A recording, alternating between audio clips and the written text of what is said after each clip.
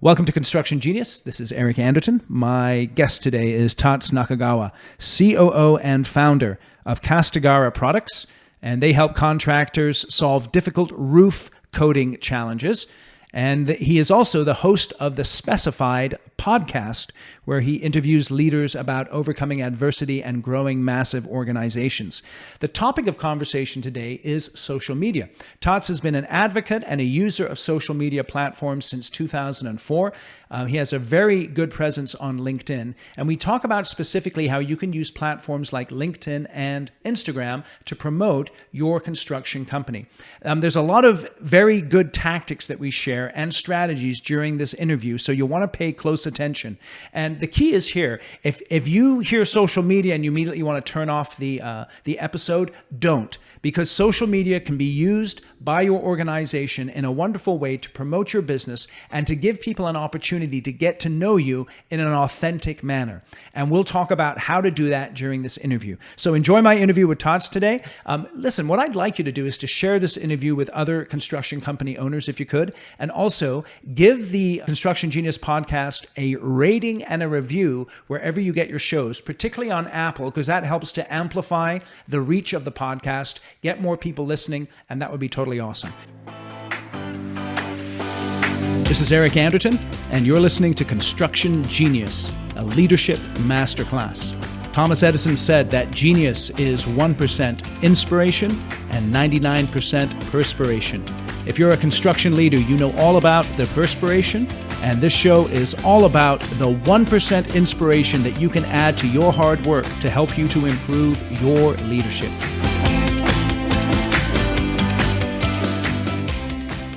Tats, welcome to the show. So good to have you with us today. Well, thanks for the invite. I'm very, very excited to talk to you because you are someone who has been involved in social media since 2004. What kind of social media was around in 2004? We didn't know what the winners were, but I've always been interested in lots of stuff that's new, just about to break. I always think that there's kind of two ways of becoming an expert at something. You could spend 20 years grinding away at something and to become an expert, or you could jump on something new and then just work really hard at it. So I've always liked the idea of catching a trend. One of the things, there's a few hundred social media platforms trying to establish each other, but there's three that were really interesting, and LinkedIn was one of them. So I doubled down on three, and yeah, it was fun. I met some really cool people That's great. So now your company, Castagra, you guys supply coatings to the roofing and flooring industries. And so you kind of have an outsider's view of the construction industry. And so I'm curious, from an outsider's perspective, what are construction companies doing wrong when it comes to their social media activities?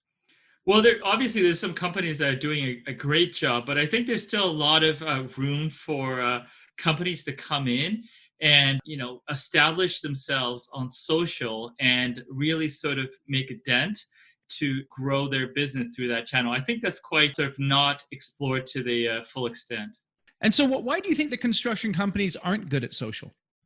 A lot about social is about sort of talking about your company in many different aspects, the business aspect, the personal aspect, and it requires you to sort of open that conversation up and allow, various people within the company to sort of engage the public. And I think if you had a very kind of tight communication strategy, the more traditional approach where you want everything to look a certain way and you want to control what people say, it's tough for that to occur. So there's a great deal of trust that has to happen for that.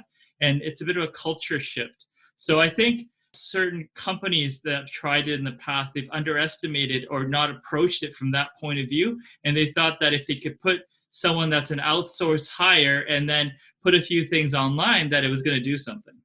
Okay, so what you're saying then is in order for social media to be successful, it's something that really has to come from the company itself and have a combination of both the business and the personal. Absolutely. I think one of the things that we learn is that, ultimately we want to do business with people that we like. Right. And we can talk about, what we do as a company all day long and be a human brochure, but what makes us interesting, what allows us to connect to people and establish deep relationships is the things that we learn about people that are outside of the office or work environment. So being able to sort of mix that in, and so people can get a feel the culture, what values the company has, and being sort of able to sort of show some of the things that maybe aren't as perfect also. That vulnerability is what's required to truly connect with people, especially in digital, right? When you can't get those sort of subtle sort of cues, right? Where you would have where you're standing in front of someone face to face. So why is it now when, there's a lot more remote work happening at the moment in the United States and around the world? Why is now a great opportunity for a construction company to dive into social if they haven't been there yet? Well, I think with the current challenge, there's two ways that people are looking at. One way is they're thinking, okay, when is this over so we can go back to where things were? Right. But I think the big opportunity is take the mindset that, these are permanent changes, and doubling down on a direction of being able to be very good digitally so that, if there is issues like this in the future, that you're going to be ready. And I think companies that sort of have that mindset will be in a great position, skilled digitally as well as in person, because that still has to happen, but will create that full toolkit so that, who they are online will be the same they are face to face, right? So there's that kind of authenticity, it's like, right. Wow, we learned about you online, and when we interacted with your people on the phone or we met face to face, that you were exactly who we thought you were. You're an awesome company. So let me ask you this. This is just my personal perspective. One of the things I'm sick of at the moment is when I turn on the TV and I get all these commercials from these major corporations talking about how much they care about people and we're all in this together and all that. In my mind, I'm like, I'm sick of it. Just shut up. How would you suggest then, with your experience in social media, a construction company who's deeply affected by the COVID-19 and the social distancing, and that just affects the way they do their business, how would you suggest that they handle their messaging around something like COVID-19 without coming across as like virtue signaling or preachy or something like that? Absolutely. I think just giving people an inside view, like an accurate as possible inside view on some of the challenges that are occurring and some of the ways that they're addressing it. The things that are on people's mind. I mean, one of the areas that I really love studying, like honestly, I'm not a great writer, but it's copywriting. And one of the things they teach you in copywriting is to anticipate the questions that are coming up. So, okay, you put on a good face, like where everything is cool, we're looking good, full steam ahead. But if inside there's a bit of chaos, that's going to come out. I mean, people are all on social. Your employees are on social. They have ways of disseminating information. So to be more sort of honest and upfront about that without sort of, gloom and doom or something like that is kind of builds credibility and trust, because people know that it's not perfect. So let's not put ourselves. Yeah. That's actually quite good there, because I think a lot of what I see in social media these days, especially from corporations, is they're so polished in their presentations that what you're talking about in terms of building trust or in terms of that likability, to me, it's not really there. I can understand if I'm a company, I don't want to be putting out my warts and all that kind of stuff. I need to be able to balance that. And that seems like it's a tricky thing to do. Yeah, I think one of the more successful strategies of doing that is using personal brands, right? Ambassadors, and so that the brand interacts with the company and it weaves in and out of that. And then, trying to be consistent with that is probably the best way. But what do you mean by, hold on, what do you mean by a personal brand? What does that mean? Personal brand is that you find people within your company that are great with technology that sort of reflects your core values that, and then can communicate to people and sort of pass on messages or interact with people and be upfront.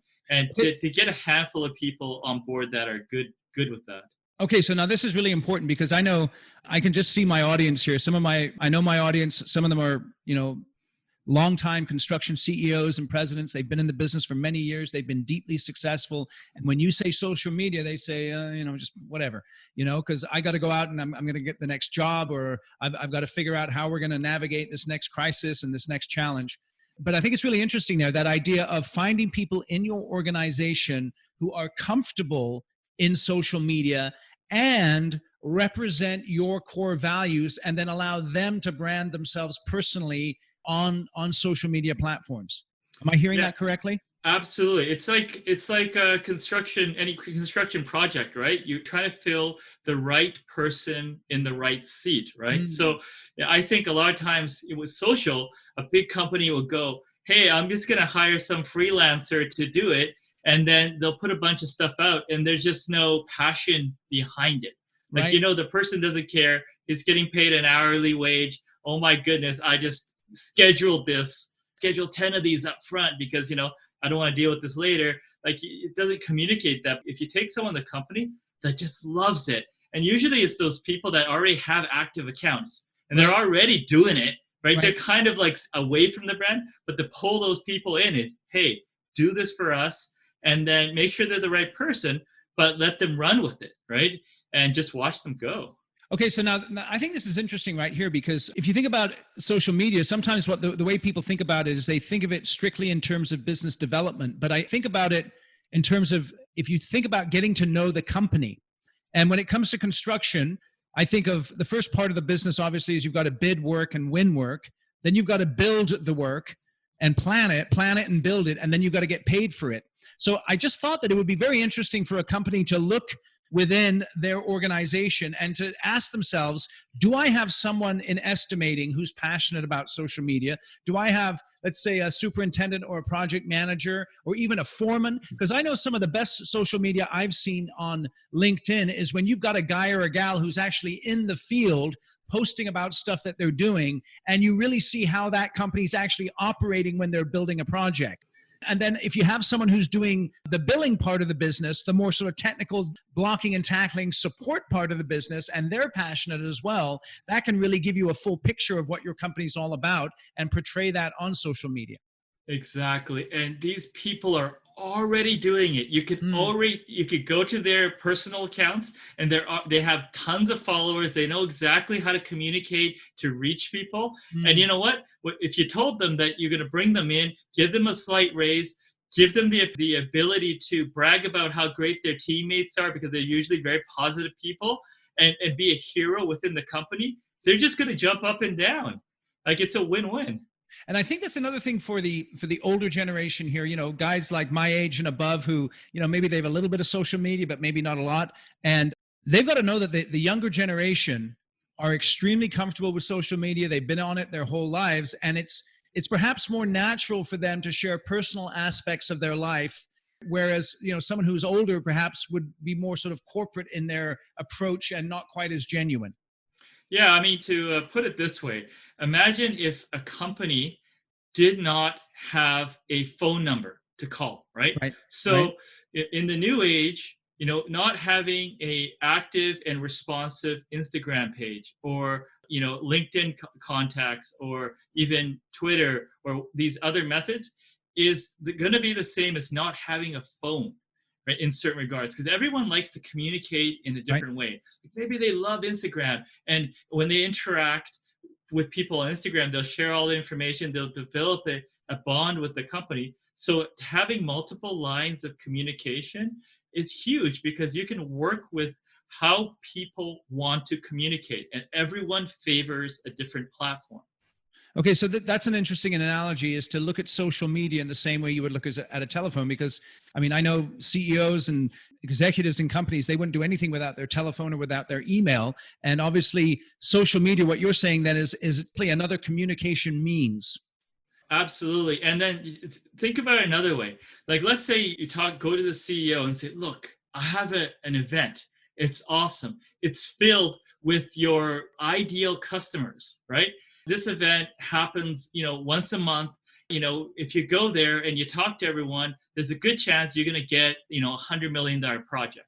The Right. CEO isn't going to say no to that, right? Right. But why is it that, on social media, there's that same group, you can find people, you can look at their pattern behavior, you can understand what their interests are. It's the same thing. So why would you not go to that event? Why would you not put yourself in that situation to be present in the room? Showing up is a lot of times what's required to get in the game. So why would you not show up where your customers are, your opinion leaders are, the sort of people that refer business to you are? Okay. So let me ask you this. You mentioned Instagram, you mentioned Twitter, you mentioned LinkedIn. Okay. So in your experience, what are best platforms for a construction company? And I know you're not a construction guy, but you're looking from the outside. You do work with construction companies all the time. So what would you recommend for a construction company to look at? I think definitely LinkedIn and Instagram are probably the best ones to start. I think from there, if you want to get more advanced, you can sort of go a little bit further, but I think you definitely need a very active and engaged presence on those two. Okay, so tell me why LinkedIn? Why LinkedIn? Well, I mean, LinkedIn is a huge B2B platform. It's easy to find people on there. Your team members are on there. I know a lot of companies that kind of actively sort of get people on that platform and to engage on that content. So it has a huge ability to go to right to the people that can make a decision.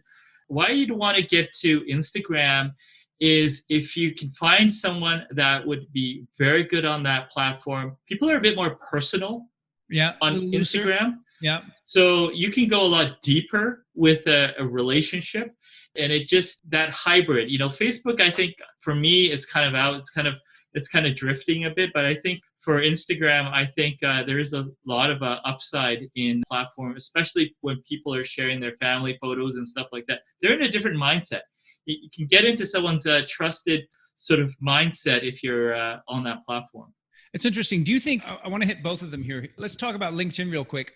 Sure. In your experience, is a company profile a place to leverage, or is it more the personal profiles of your employees that you should be leveraging?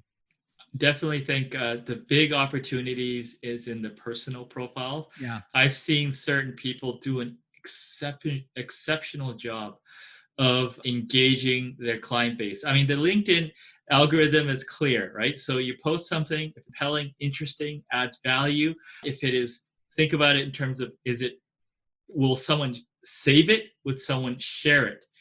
Right? What LinkedIn does initially after you post it is they release it to a small percentage of your contact base to check for engagement. Once they check that it's getting some engagement, then they'll sort of open up the organic reach further than that. So you really have to think about what sort of quality and consistency of content you put on there. But people that get it, they get it really well. Okay, so let me ask you, other than obviously having great content, which is necessary, how is it that I can work with the algorithm of LinkedIn in order to boost the stuff that I'm sharing?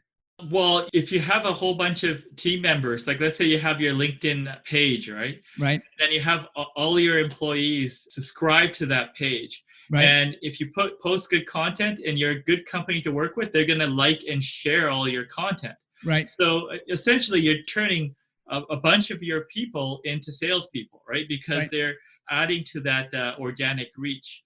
So Sorry, but that's just a key thing right there. You're turning a bunch of your people into salespeople. So then I'm the CEO, and I'm thinking, okay, great. I'd love my people to be salespeople, but on the other hand, I still want them to do their job. So how can they balance that?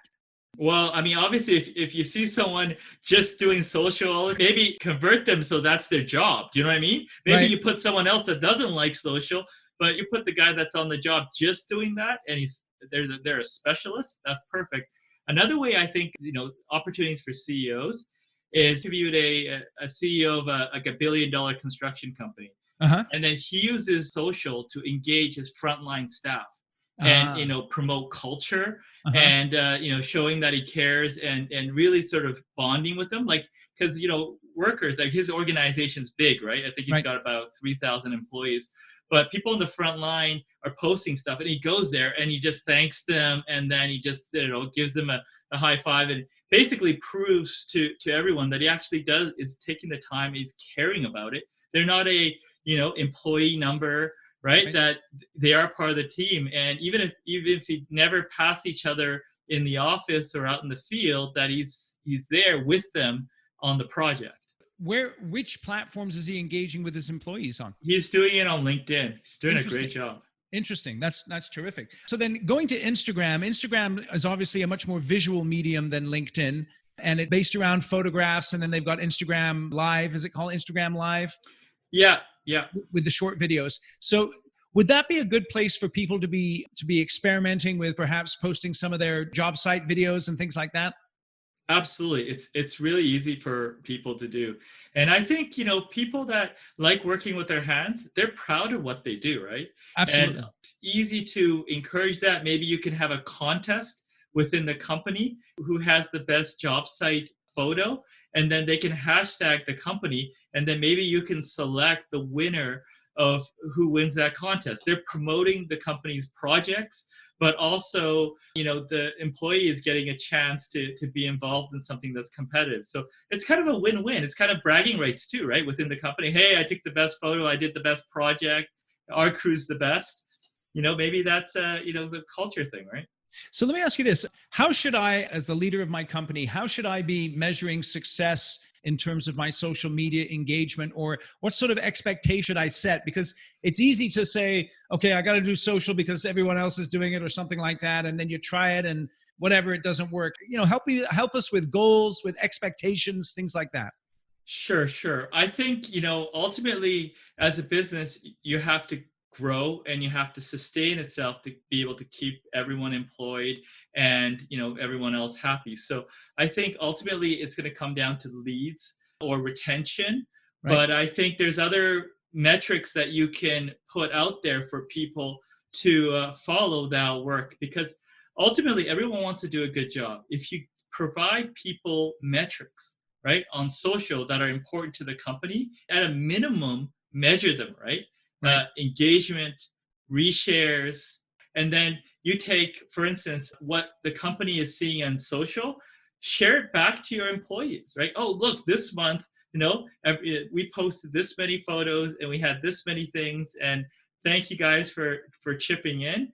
Some people are going to pick that up, and all you did was just share your information to your teammates. So I think that just the more you can share all that stuff, you pull people in, and then you figure out who's really excited about it. Those are your champions.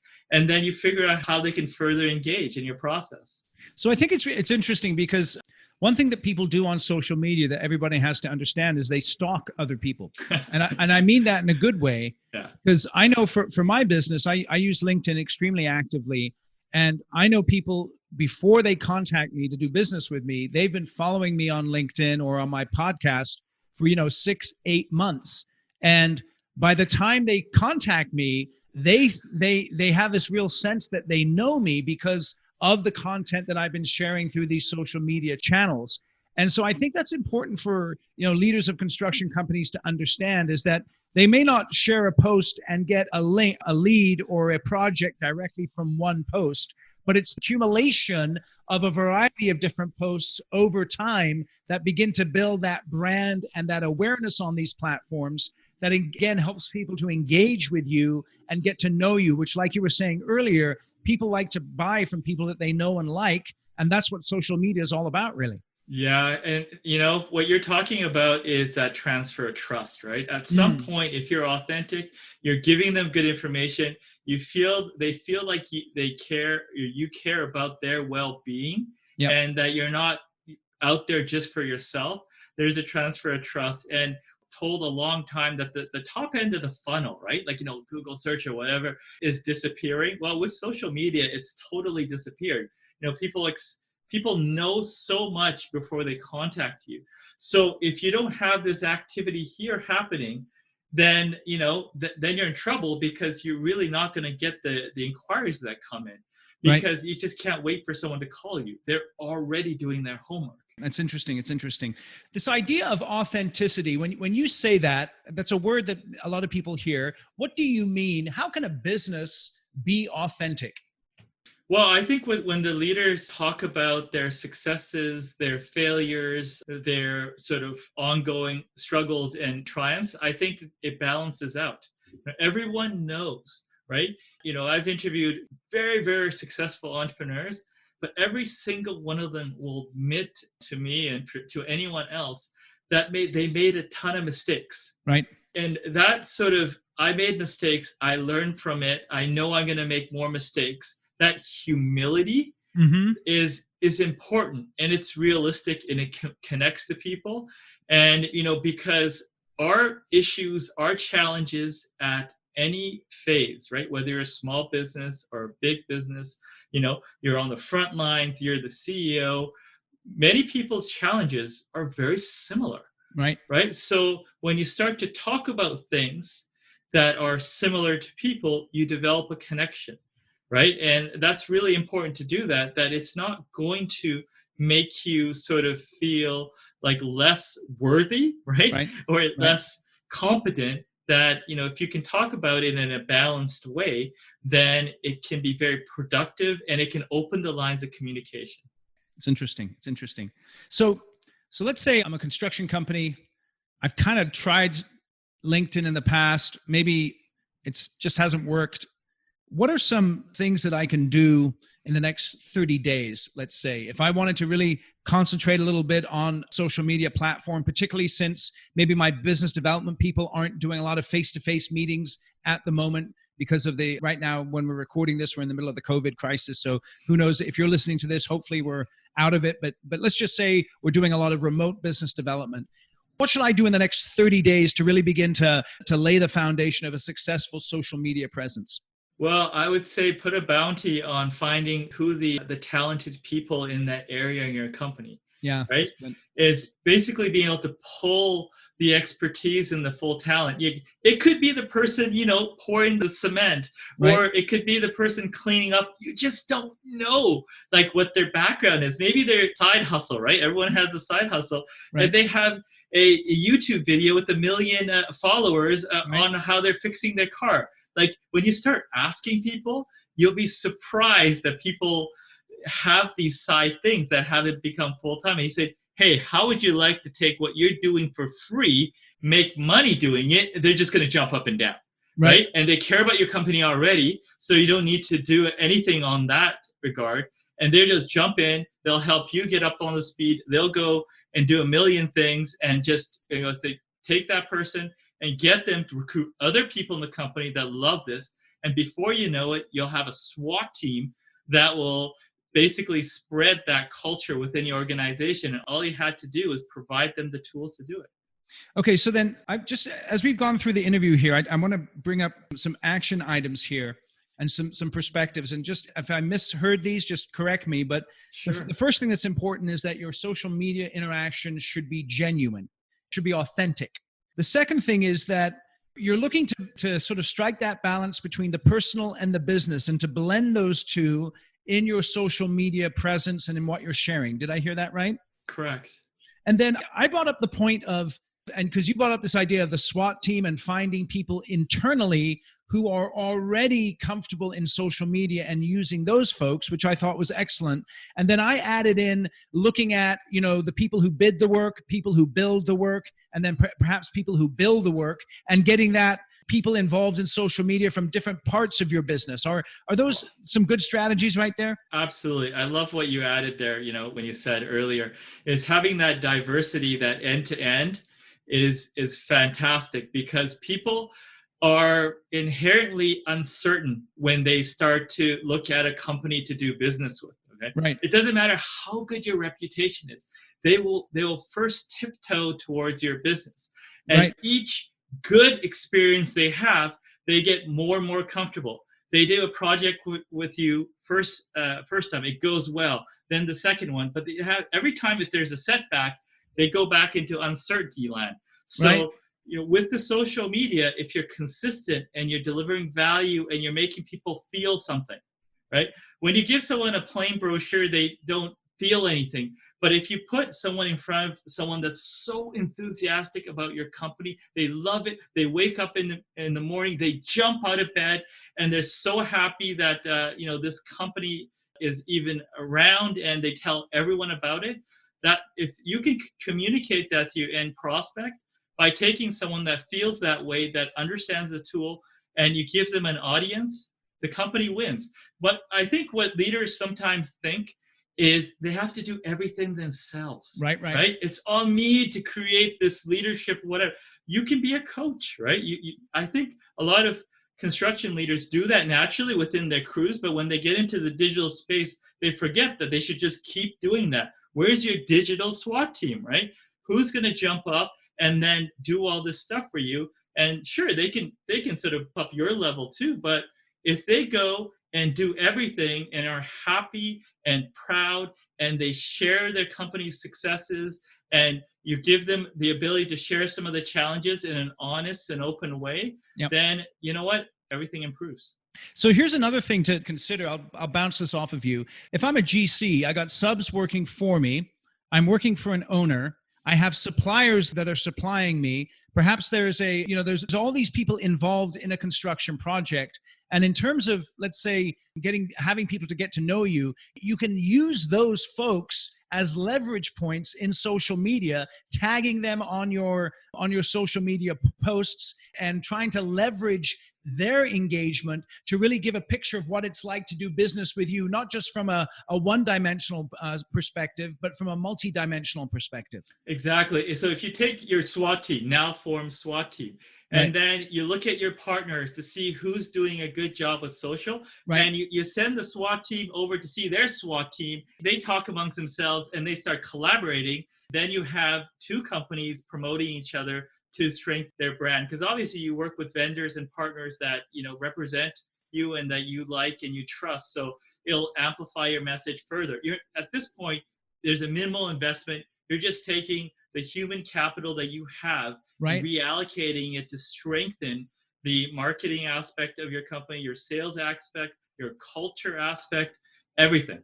Yeah. So just nail that right there. Is you've got for a minimal investment, because we're not talking about here doing paid ads or anything like that. We're just talking about organic engagement on these platforms. You can do the market, you can do an enhancement of your marketing and of your sales and of your engagement with employees in the way that you were describing with the head of that billion-dollar construction company. Absolutely. Okay, interesting. So as we wrap up here, Todd, tell me a little bit more about what your company does in working with construction companies. Tell me a little bit about that. Well, I mean, we provide material to, construction companies and roofing companies. But what we like technology, we like social media. So we will work with them if they want to learn how we can help them win, right? Like these days, I mean, if you're just kind of, here's the product, okay, thank you, hi, bye, it doesn't cut it anymore, right? It's competitive. There's certain challenges in the marketplace. So the whole point of the relationship is to figure out how you can take our products, our processes, our knowledge, and win. So we're always open. Like we have a podcast, we have social media. If our clients want to know how we approach it, we teach them, create marketing material for them, whatever they need to win. So I think that aspect of social has been very, very cool. We're not a marketing company, but sometimes we act like it in terms of trying to pass that on. So I love your topic because we're really passionate about it. I think it's a huge opportunity. If you especially if you have a great culture, then you're missing out by not sharing it and inspiring people in the community. It will do a load of benefit for your own company, but also the community it will help inspire. So there's a far-reaching kind of benefit that you shouldn't hold off on just because you're a little bit, let's say you did something in the past and it didn't work out. I think this time, if you take more of a holistic approach, it's going to go just fine. Okay, great. And so if people want to find you on the web, where can they find you? Sure. I mean, I guess through LinkedIn, I'm always open to connecting with people that want genuine connections, not, selling me things, but we have a website, castagra.com. My podcast is specified at growth. So, I appreciate it. I love what you do. Yeah, I wish you the best with what you're doing, Eric. Appreciate it, Todd. So I'll put the links to your LinkedIn profile and to your podcast and to your website all in the show notes. Thank you for being generous with your time and sharing with us these insights. I know this has been extremely helpful, been enlightening for me, and I know it's been helpful for my audience, and I wish you the best, Tots. Yeah, I appreciate the opportunity, Eric. Thanks a lot. Thank you for listening to this episode of Construction Genius. Hope you found that 1% of inspiration to help you in the next few days. If you like the show, please give us a 5-star review on iTunes, share it with other construction leaders who you think would benefit, and always remember that the show is brought to you by Kick-Ass Meetings. I've been working with construction leaders since 2004, teaching them how to run extremely effective problem-solving meetings that gets their people collaborating, taps into their creativity, and to get yourself a free copy of the Kick-Ass Meeting Report, go to www.ericanderton.com/kickassmeetings. Grab yourself that free report, read it, use it in your business. You'll find it extremely useful. And thanks again for listening.